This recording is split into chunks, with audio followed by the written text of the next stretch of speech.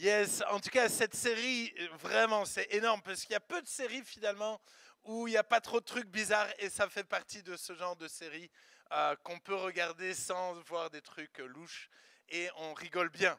Ce que j'ai aimé dans ce petit extrait, c'est on est la famille la plus pourrie et la plus bizarre. Et moi, je ne sais pas comment vous voyez la famille, mais moi, j'ai l'impression que ma famille, elle est vraiment bizarre. J'ai grandi sans mon père. Mon père, je veux dire, il a habité aux États-Unis quasiment toute ma vie. J'ai grandi, voilà, j'ai un demi-frère aux États-Unis. J'ai une famille bizarre, sincèrement, j'ai vraiment une famille bizarre. J'ai une tante qui doit être millionnaire, qui travaille à la Banque mondiale, et tout le reste de ma famille sont ultra pauvres et voilà. J'ai une famille bizarre, genre on se retrouve jamais, on se voit jamais, on s'appelle jamais. Je veux dire, c'est quand on me dit qu'Impact doit être une famille, moi ça me fait bizarre. Ça me fait bizarre parce que finalement, je me dis, mais en quoi j'ai envie qu'Impact Jeunesse ressemble à ma famille? Vous savez, en ce moment, je vis un truc bizarre. Je vais me marier l'année prochaine. Alléluia! Wouh! Avec la merveilleuse princesse qui est devant. Alléluia. Elle est magnifique. Et sa famille est l'opposé de ma famille. Genre, sa famille, c'est vraiment la famille en apparence modèle, quoi. Je veux dire, ils se retrouvent tous les dimanches pour des petits repas. Je veux dire, tout est bien. Je veux dire, mais plusieurs assiettes, les couverts, tout ça, vraiment des trucs genre... Ça me change de trop, en fait. Mais ce qui est bizarre pour moi, c'est qu'en ce moment, je dois comme intégrer cette famille-là. Et c'est compliqué. Parce que c'est comme si je dois changer ma manière de voir la famille. Changer ma manière de voir la famille. Et je sais que certains d'entre vous, vous allez devoir, comme moi, changer votre manière de voir la famille. Parce que vos familles sont compliquées. Et je sais, pour en connaître beaucoup d'entre vous, je sais que vos familles sont compliquées. Et c'est fou, parce qu'il y a des familles qui en apparence sont belles. Mais à l'intérieur, c'est très compliqué aussi. Et j'aimerais, avant de commencer ma prêche sur l'importance finalement de vivre une famille ici, j'aimerais qu'on prie pour nos familles. J'aimerais qu'on prie pour nos familles. Parce que oui, Dieu s'intéresse à nos familles et il aimerait agir dans nos familles. Moi, je veux prier pour ma maman depuis des années qui a des tiraillements avec la drogue et toutes sortes de tentations. Et je la vois progresser, je vois l'impact de la prière sur la vie de ma maman et je veux continuer. Et j'aimerais t'encourager à prier pour ta famille. Vous êtes d'accord? Ça va? On se lève? On se lève et on prie. Prie avec tes mots, peut-être tu n'as pas l'habitude de prier. Juste parle à Dieu pour ta famille. C'est parti. Oh Dieu, merci. Merci pour ta grâce, ton amour. Merci d'être présent. Merci de ce qu'on peut se réjouir ensemble. Passer une soirée de ouf finalement ici. Et merci parce que tu prends soin de nos familles là où elles sont. Tu vois combien nos familles sont compliquées. Tu nous demandes d'honorer notre père et notre mère. C'est difficile, mais bénis-les. Vraiment, prends soin d'eux. Change l'atmosphère de nos familles. Seigneur, réconcilie. Seigneur, là où il y a des tensions, là où il y a toutes sortes de blessures, je prie vraiment qu'il y ait un bouleversement dans nos familles, au nom puissant de Jésus. Seigneur, vraiment, tant de gens dans nos familles qui ne te connaissent pas, tant de gens dans nos familles qui sont malheureux. Vraiment, je prie que tu interviennes. S'il te plaît, prends soin de chacune de nos familles. Guéris les malades dans nos familles. Vraiment, fais des miracles dans nos familles. Merci Seigneur. Amen. Amen. Si la famille, c'est compliqué, je dois dire que j'ai remarqué dans les magasins que le format familial est avantageux. Et des fois, on a l'impression que la famille, c'est toutes sortes de galères. Mais excuse-moi, il y a des avantages. C'est de la bombe, finalement, d'avoir une bonne famille. Excusez-moi, les formats familiales, c'est moins cher et il y en a plus. Alléluia. Qui est d'accord? À midi, j'ai 2 personnes qui sont venues manger à la maison. Ils m'ont ramené ce paquet-là et ça m'a parlé, ça m'a encouragé. Je me suis dit, effectivement, il y a plein de défis qui sont plus grands. Mais il y a aussi plus de bouffe sur la table. Il y a des avantages à vivre et à découvrir ce que c'est qu'une bonne et une vraie famille. C'est fou parce que la Bible dit que l'Église doit être une famille. L'Église doit devenir une famille. Et j'aimerais qu'on puisse lire un texte qui est un peu bizarre. Il se trouve dans Jean 17. C'est une prière que Jésus va faire juste avant d'aller sur la croix. Juste avant d'aller mourir sur la croix, il sait qu'il va mourir. Il sait qu'il va aller sur la croix. Et il va faire comme une dernière prière. Jean 17, on va lire un extrait. Jean 17, on va commencer au verset 9 jusqu'au 15 et après les versets 20 et 23. Vous lirez l'ensemble ce soir avant de dormir. Amen. Des fois, si je suis d'accord avec moi-même, je dis Amen. Si vous avez envie, vous avez le droit aussi. Merci Camille. Jean 17, verset 9 à 15. C'est pour eux que je prie. Je ne prie pas pour le monde, mais pour ceux que tu m'as donnés, parce qu'ils sont à toi. Et tout ce qui est à moi est à toi. Et ce qui est à toi est à moi. Et je suis glorifié en eux. Je ne suis plus dans le monde, mais ils sont dans le monde. Et je vais à toi. Père Saint, garde en ton nom ceux que tu m'as donnés, afin qu'ils soient un comme nous.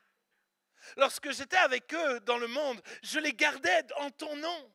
J'ai gardé ceux que tu m'as donnés. Et aucun d'eux ne s'est perdu, sinon le fils de perdition, afin que l'écriture fût accomplie. Et maintenant je vais à toi.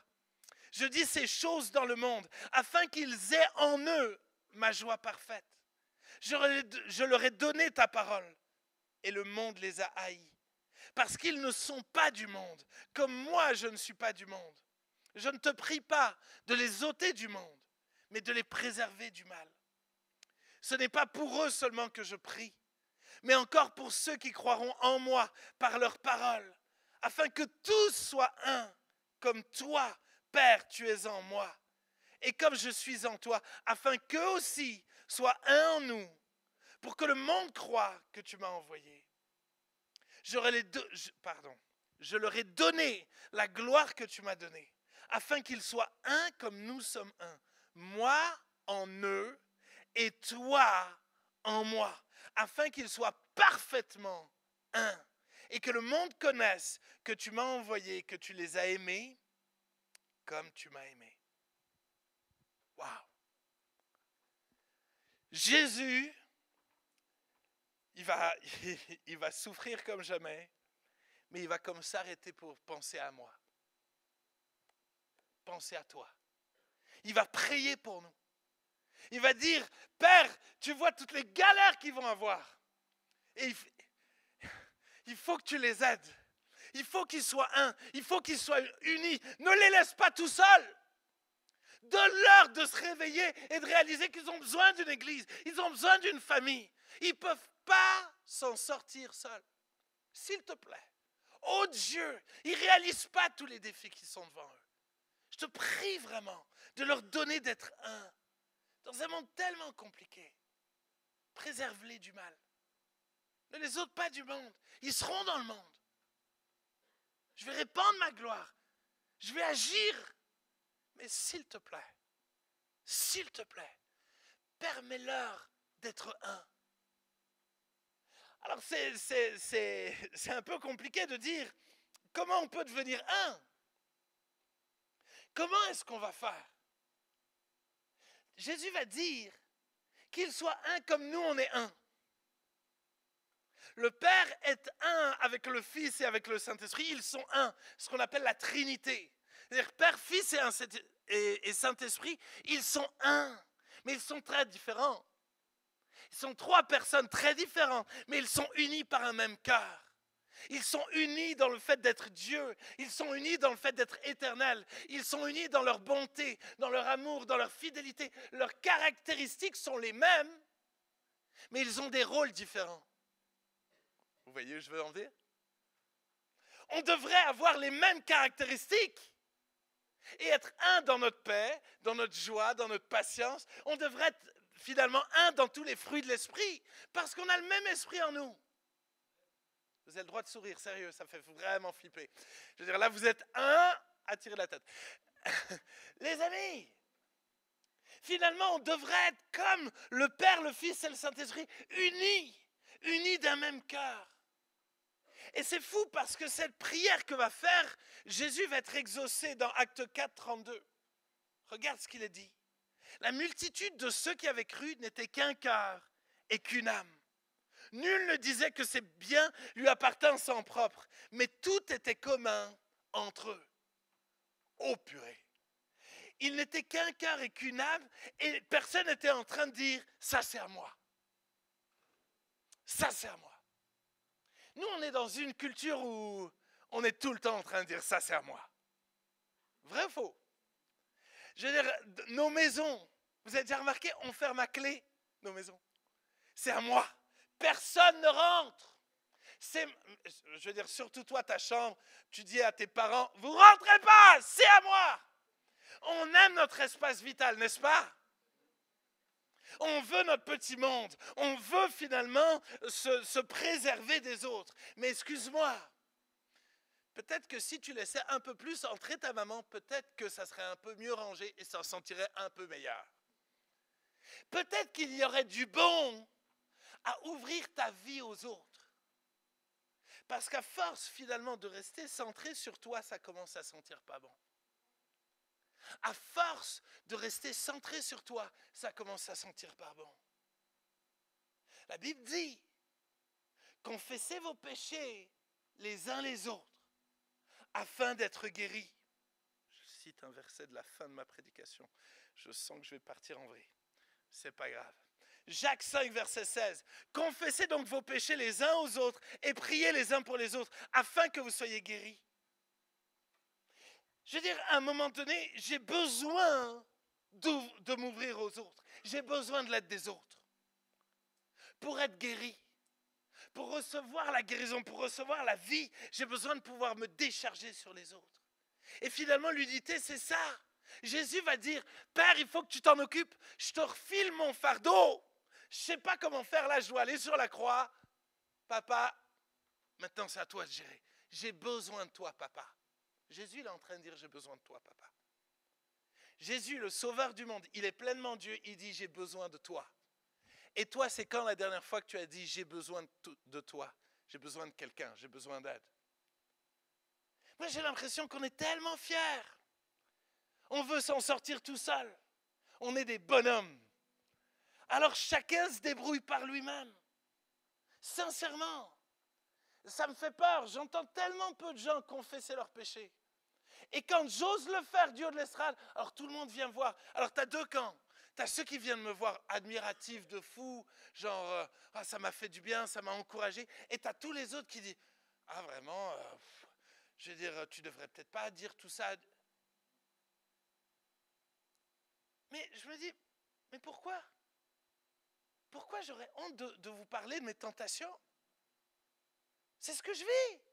Pourquoi je vais faire genre devant vous? Je veux dire, être fiancé, c'est plein de tentations, c'est la galère. Mais c'est ce que tu vas vivre. Mais si personne ne t'avertit, le jour où ça t'arrive, tu vas avoir des gros problèmes. Hello?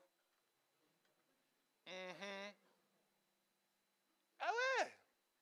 Mais c'est bizarre, on n'ose pas parler de ses faiblesses. Mais si on veut devenir un, alors il va falloir apprendre à s'ouvrir aux autres. Oser parler aux autres. Hébreux 3, verset 13. Écoute bien. Tu ne vas pas aimer ce verset. Tu ne vas pas l'aimer. Hébreux 3, 13. Mais exhortez-vous les uns les autres chaque jour, aussi longtemps qu'on peut dire aujourd'hui, afin qu'aucun de vous ne s'endurcisse dans la séduction du péché. Je répète. Mais exhortez-vous les uns les autres, encouragez-vous, parlez-vous les uns les autres, chaque jour. Hello? Chaque jour. Aussi longtemps qu'on peut dire aujourd'hui. Ça veut dire qu'aujourd'hui, on dit encore aujourd'hui, donc c'est pour nous. Afin qu'aucun de vous ne s'endurcisse dans la séduction du péché. En d'autres termes, à partir du moment où tu t'isoles, tu es en danger. À partir du moment où tu arrêtes d'être un avec les autres, à partir du moment où tu te déconnectes de l'église, tu es en danger. De plus en plus, l'église, on vous encourage à dire, vous n'avez pas besoin d'église, il ne faut pas tout ça. Je veux dire, mais tous les gens que j'ai vus me parler comme ça, tous ces gens, excuse-moi, hein, mais je les ai vus sombrer dans toutes sortes de péchés. Je me souviens d'un gars qui prêchait sur ça. Il a fini par être en prison. Aujourd'hui, il est encore en prison. Mais le gars a essayé de me justifier comme quoi il n'y avait pas besoin d'église, comme quoi cette église allait s'effondrer et tout ça. Mais aujourd'hui, ce gars, il est en prison. Le gars, il a commis des crimes. Le gars, il a fait n'importe quoi de sa vie. Tu as besoin des autres. Tu as vraiment besoin des autres. La première chose, c'est que tu as besoin, comme Jésus demandait au Père de l'aide, tu as besoin de demander de l'aide.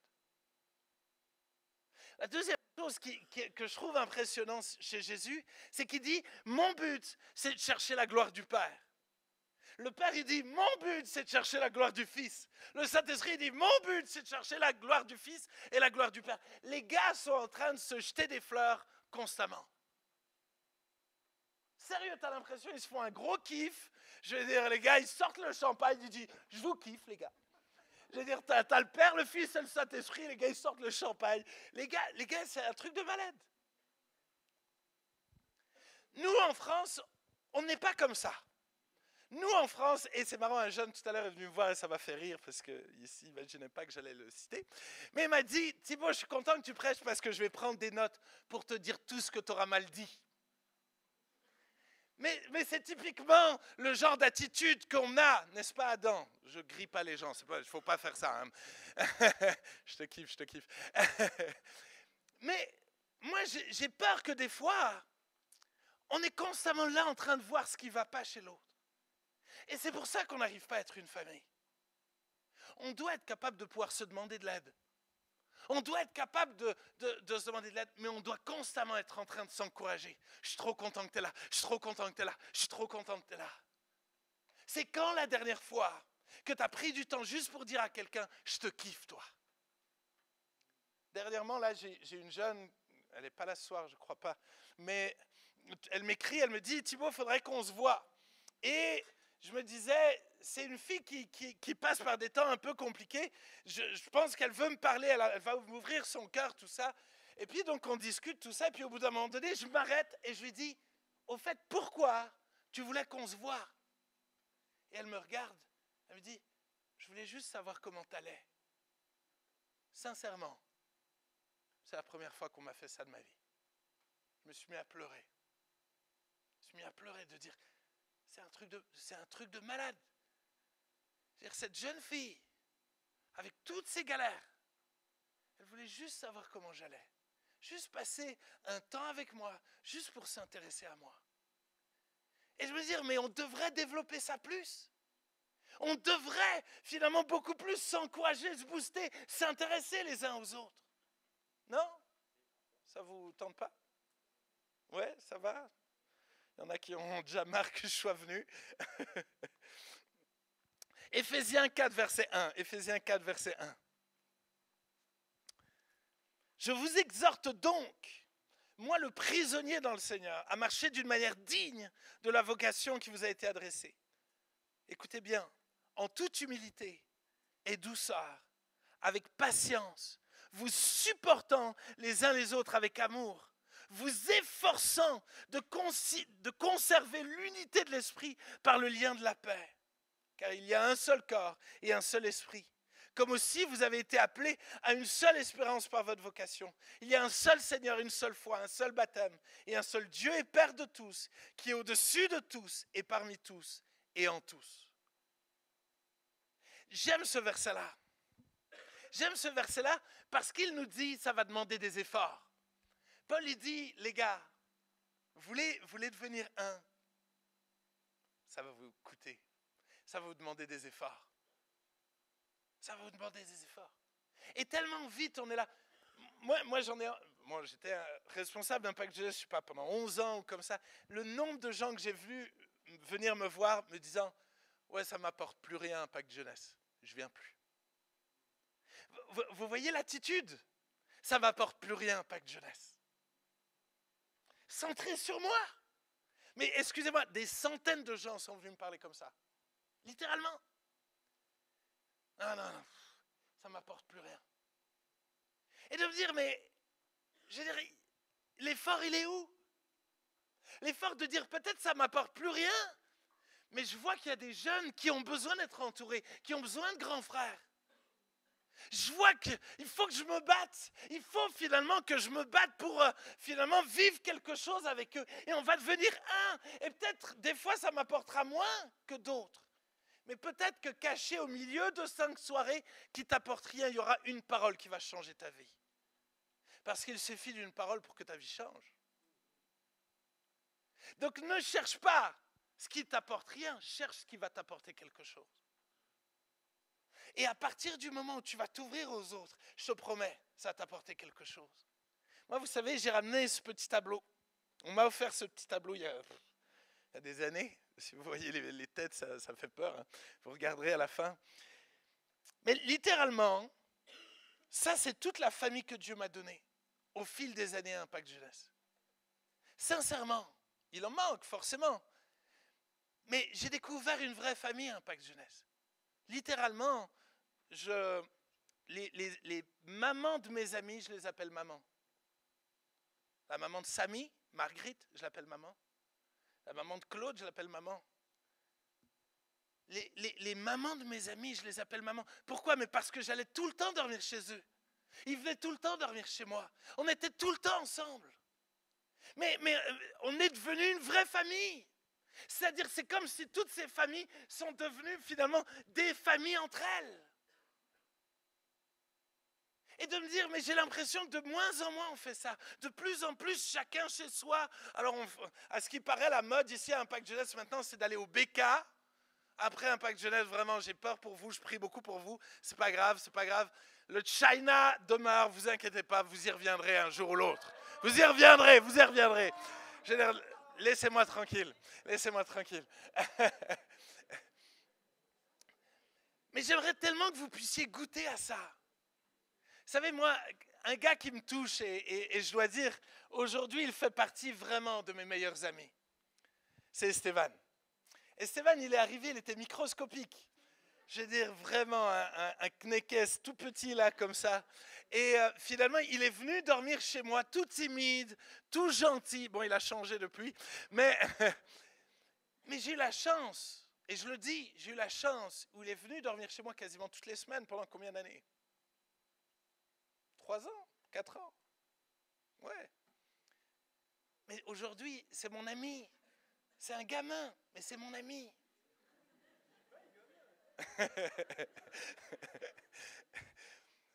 C'est devenu mon ami.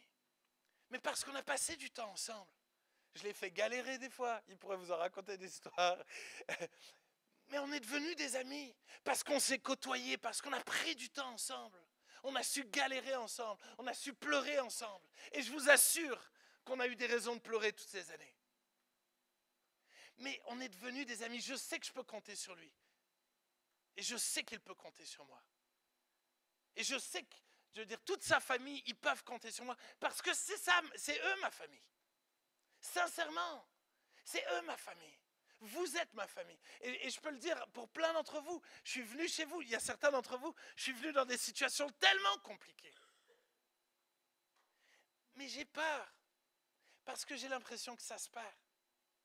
J'ai l'impression que chacun fait sa vie. Chacun est dans son coin. De plus en plus, on veut faire des trucs à part. De plus en plus, on veut contrôler son cercle d'amis. Excusez-moi, mais ayez des amis différents de vous. Je veux dire, personne n'aurait parié quoi que ce soit sur le fait qu'Esteban et moi, on devienne des amis. Mais Dieu merci, de ce qu'on peut être des amis est tellement différent. C'est la famille. C'est vraiment la famille. Et ça doit devenir la famille. Je donne un dernier témoignage et après, je vais un peu plus loin.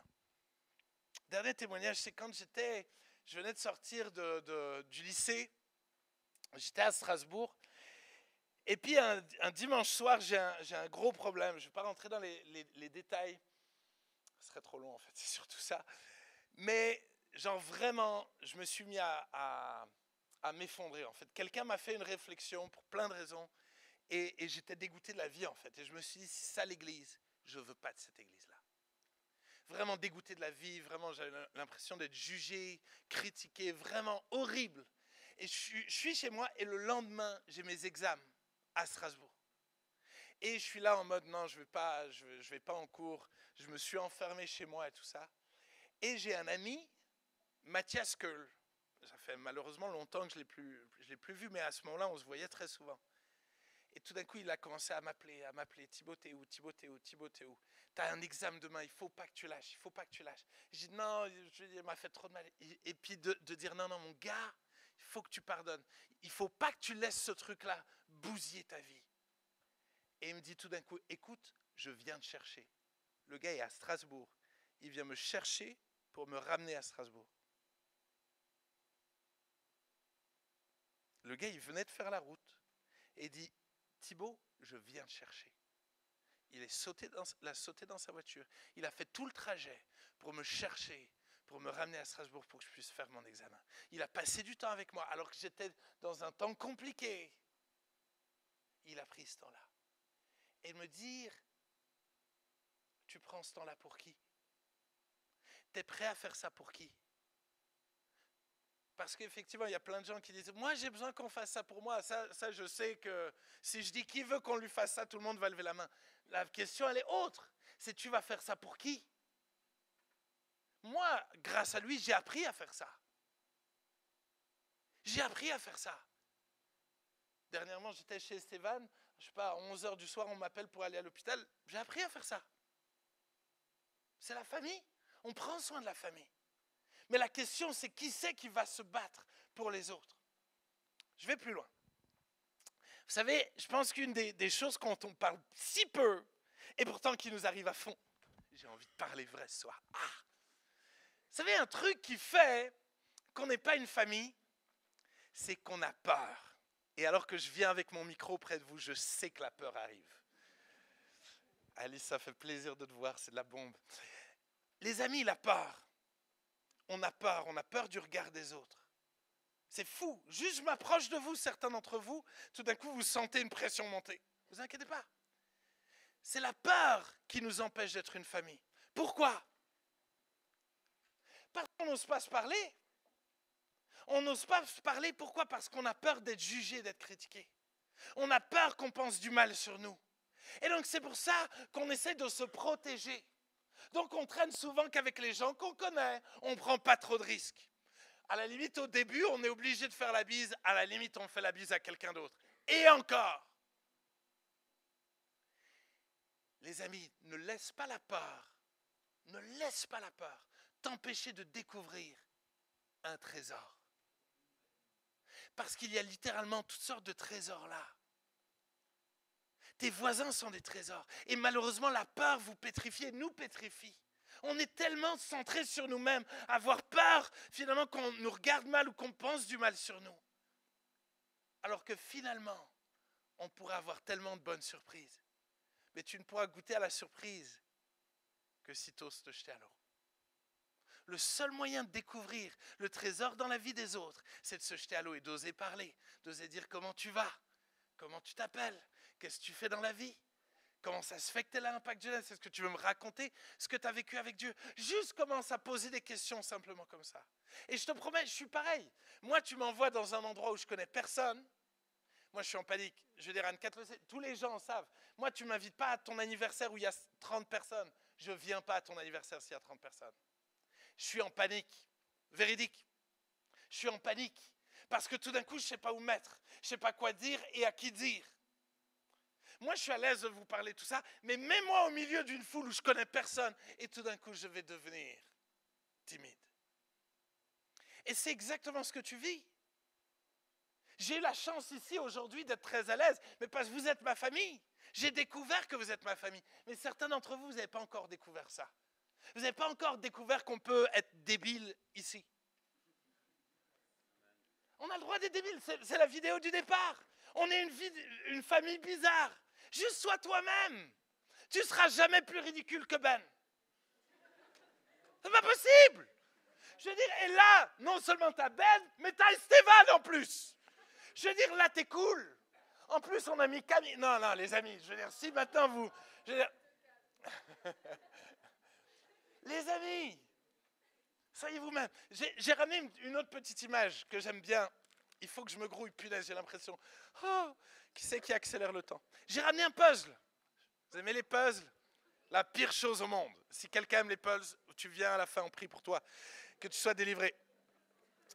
Mais j'ai trouvé que les puzzles sont intéressantes. Pourquoi? Écoute bien. Je vous ai perdu, je le sens. Parce que si tu regardes qu'à toi, finalement, tu n'as pas toute la bonne vision. Ta vision est limitée. Finalement, tes contours sont limités. Et c'est seulement si tu te rapproches des autres que tu vas former un tout qui va avoir du sens. Ça veut dire que quand tu t'associes à quelqu'un d'autre, tu vas découvrir quelque chose de Dieu dans l'autre. Il y a des choses que tu ne comprendras jamais dans la Bible si tu restes seul. Il y a des choses que tu n'apprendras dans la Bible que si tu vas dans une connexion, sincèrement. Il y a des choses que jamais de ta vie, des révélations, des dimensions de la présence de Dieu que tu ne découvriras que si tu oses sortir de ta zone de confort et apprends à écouter l'autre. Apprends à laisser. Moi, j'ai un ami, je l'appelle ami parce que vraiment je l'aime. Cet ami, je ne vais pas le citer, mais cet ami, c'est vraiment le gars pas populaire dans l'église. Je pense que c'est même le gars le moins populaire. Littéralement, à la fin des cultes, les gens le fuient. Écoute, demande-lui de prier pour toi. Quand il prie pour toi, le gars, il ne sait pas. Le gars, il va te dévoiler ta vie. C'est un gars ultra simple. Ce n'est pas le gars populaire, mais demande-lui de prier pour toi. Tu vas découvrir des choses. Tu vas découvrir une dimension de la présence de Dieu que tu ne connaissais pas. Et malheureusement, souvent on s'arrête à l'apparence. Souvent on s'arrête au gars. Ah ouais, il parle beaucoup. Ah ouais, non, mais... Non. Va au bout. Va au bout. Et tu vas découvrir quelque chose. Je termine mon premier point, et il n'y en a que deux, vous inquiétez pas. Si tu peux lancer la vidéo numéro 7. Vidéo numéro 7. Ce que j'aime avec cette histoire, c'est que finalement, tout est là pour désunir cette équipe. La ségrégation, tous les gens autour d'eux, finalement, veulent que cette équipe soit désunie. Et aujourd'hui, nous sommes dans un monde qui cherche à nous désunir. Aujourd'hui, finalement, chacun veut faire son truc. Aujourd'hui, tellement d'églises sont séparées. Aujourd'hui, on ne se parle plus, on se juge, on se critique. Oui, mais lui, il est comme ça. Oui, mais lui, il est comme ça. Et malheureusement, même dans l'église locale, même au sein des groupes de jeunes, très facilement, il y a tellement de choses qui cherchent à nous diviser, à nous séparer. Mais il y a un coach. Il y a un coach qui peut nous apprendre à être unis. C'est-à-dire que oui, moi je dois prendre une résolution, mais j'ai besoin de l'aide de quelqu'un. J'ai besoin de l'aide de mon Père. Parce que mon Père, c'est ton Père. Si mon Père, c'est ton Père, et que lui te comprend, te connaît, parce qu'il t'a créé vraiment différemment de moi. Mais si je veux devenir un avec toi, alors la bonne personne avec qui m'associer, c'est à ton Père. Et vu que c'est mon Père, alors c'est facile de m'associer à lui, parce qu'il me comprend. Mais comme il te comprend, il va me donner la capacité de devenir un. Excusez-moi, là ce que je suis en train de dire, c'est le même principe pour le mariage. Là j'ai de nouveau votre attention. Ça veut dire que si tu n'es pas capable d'écouter ce que je dis aujourd'hui, ne pense pas que tu vas réussir à te marier rapidement. Parce que c'est exactement ça. Je veux dire, pour devenir un dans le mariage, il va falloir l'aide de Dieu. Parce que sans l'aide de ton Père, qui te connaît, mais qui connaît l'autre personne, ce n'est pas possible. Tu as besoin de Dieu. Tu as besoin que Dieu soit ton Père.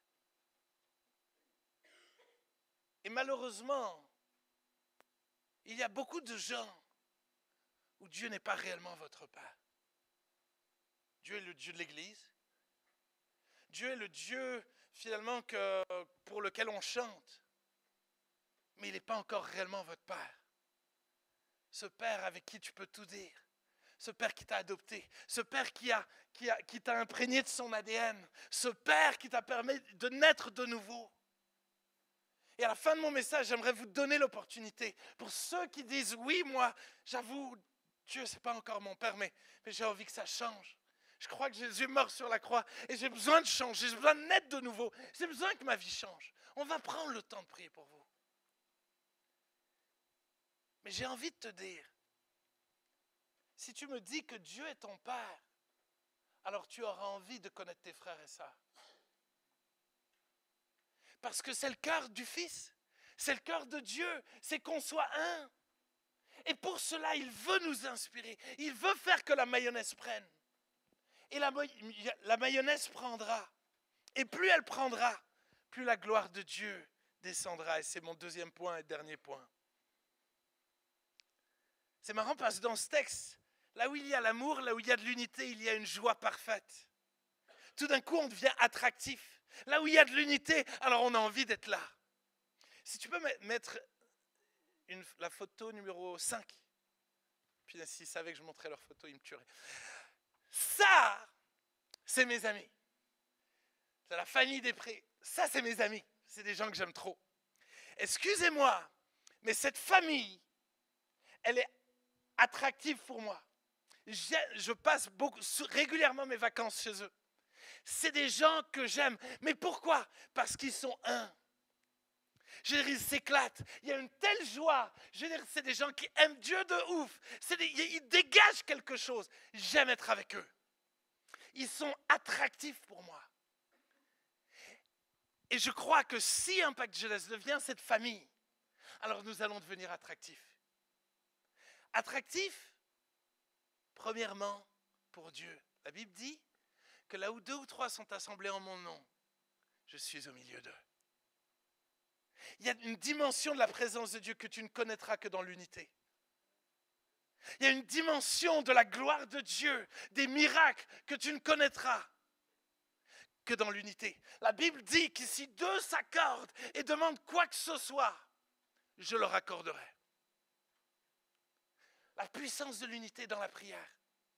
Les amis, si un jour tu es malade, ne me dis pas « je ne te fais pas la bise, je suis malade ». Je vais prier pour toi. Et on va s'accorder ensemble. Et Dieu va agir. Mais c'est en s'accordant ensemble. On a besoin d'être unis d'un même cœur. Tout à l'heure, quelqu'un m'a dit « ah non, je suis en train de tomber malade ». Je dis plus jamais ça, t'es malade ou quoi? Bref. Mais vous voyez ce que je veux dire? Des fois, au lieu de s'unir pour dire non, veut la gloire de Dieu, on a soif de Dieu.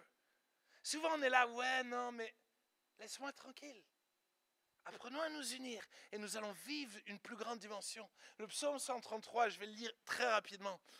Voici qu'il est agréable et qu'il est doux pour des frères de demeurer ensemble.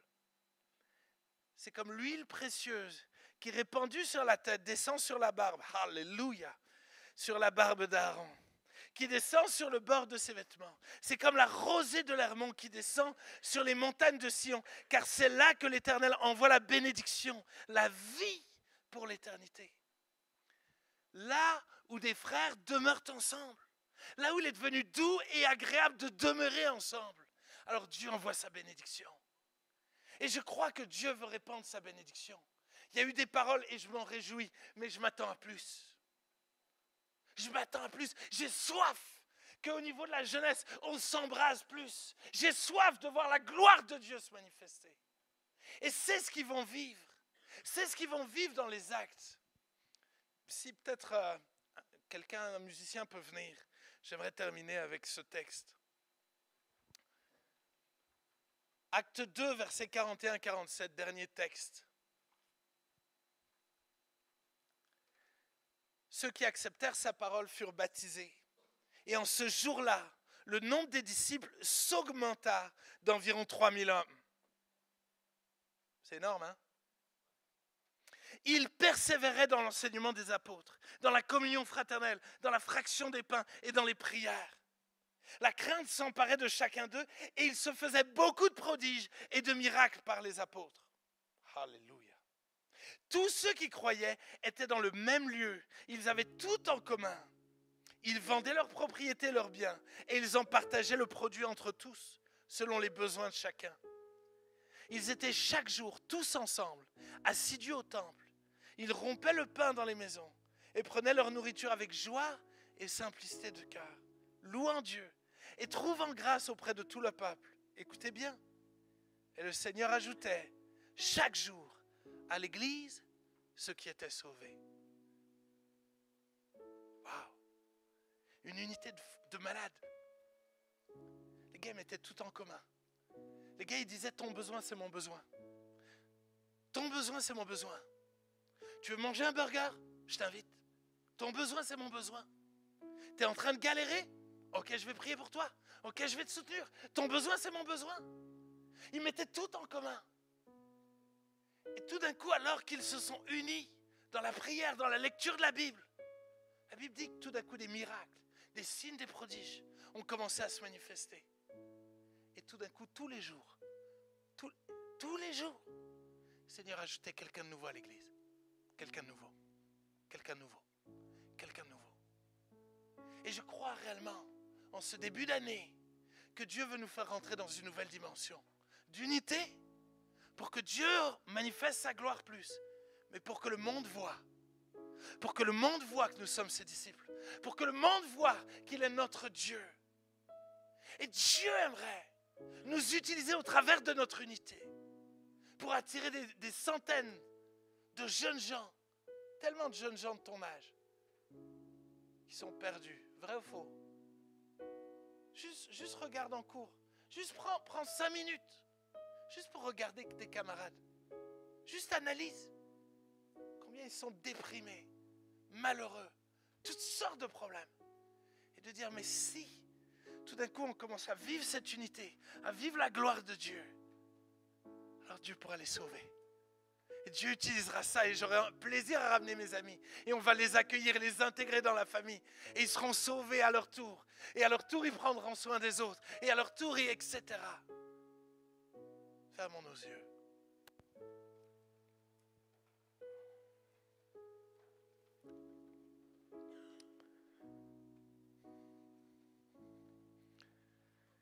Comme je l'ai dit, j'ai vraiment à cœur de faire un appel. Parce que je sens que certains sont pas encore dans la famille. Certains sont là et si tu devais mourir ce soir, tu sais que tu n'irais pas au ciel. Parce que Dieu n'est pas ton Père. Parce que tu ne lui as pas donné ta vie. Et ce soir, j'aimerais te donner l'opportunité de donner ta vie à Dieu. De lâcher ta vie de péché. De lâcher ta vie passée, de devenir quelqu'un de nouveau. Par la puissance du Saint-Esprit. Et si quelqu'un est là et dit, moi je désire que Dieu devienne mon Père. Moi je veux changer de vie. Je veux changer de vie, j'ai besoin de changer de vie. Je crois que Jésus est mort sur la croix. Qu'il est resté pour moi. Et qu'il veut me rester. Qu'il veut me pardonner de mes péchés. Et qu'il veut me donner la vie éternelle. Si quelqu'un est là et veut prendre cette décision, j'aimerais t'inviter à lever la main à ta place. Alors qu'on a nos yeux fermés. Avec beaucoup de respect, si quelqu'un est là et veut prendre cette décision, lève la main. C'est extraordinaire. Plusieurs mains. Tu peux la baisser une fois que tu l'as levée. S'il y a vraiment encore quelqu'un, n'hésitez pas. Dieu vous voit. Dieu vous voit. Le temps est passé. Je vais prier pour vous. Je vais prier pour vous, mais j'aimerais vous lancer un défi avant de prier pour vous. C'est qu'à la fin, vous allez voir un des responsables. Simplement pour dire, wow, j'ai pris cette décision-là. J'aimerais que tu pries pour moi. J'aimerais que tu m'accompagnes, que tu m'aides à grandir maintenant dans cette nouvelle décision que j'ai prise. Juste à faire ce pas pour sceller l'engagement que tu as pris. Seigneur, tu vois ces merveilleuses mains qui ont été levées. Merveilleuses personnes, vraiment. Je sais que ton cœur est touché. La Bible dit qu'il y a plus de joie au ciel pour un pécheur qui se repent que pour 99 justes. Je sais que c'est la fête au ciel. Mais je prie, Père. Je prie, Père, pour que mes bien-aimés puissent réellement lâcher leurs péchés. Confesser leurs péchés. Et recevoir le plein pardon. Par ton amour, par la puissance du Saint-Esprit. Être libérés de leur passé. Pour découvrir le merveilleux avenir que tu as préparé pour eux. Je prie, Père, qu'ils puissent être libérés de toute addiction, de tout ce qui pourrait les empêcher d'être heureux et de vivre une pleine relation avec toi. Qu'ils puissent te découvrir comme un papa, comme un bon papa, comme un bon papa. Seigneur, vraiment, c'est toi qui les adoptes ce soir. C'est toi qui les as attirés ici et qui leur a parlé ce soir. Maintenant, déverse ton amour en eux. Montre-leur combien ils sont aimés, voulus, désirés. Combien tu es avec eux maintenant, à partir d'aujourd'hui et jusqu'à la fin du monde. Merci, Seigneur, pour chacun de mes bien-aimés. Pour chacun, peut-être ceux qui n'ont pas osé lever la main. Continue de les chercher. Sauve-nous. Que nous puissions réellement, Seigneur, chacun d'entre nous, être sauvés et passer l'éternité avec toi. Dans le nom de Jésus. Amen.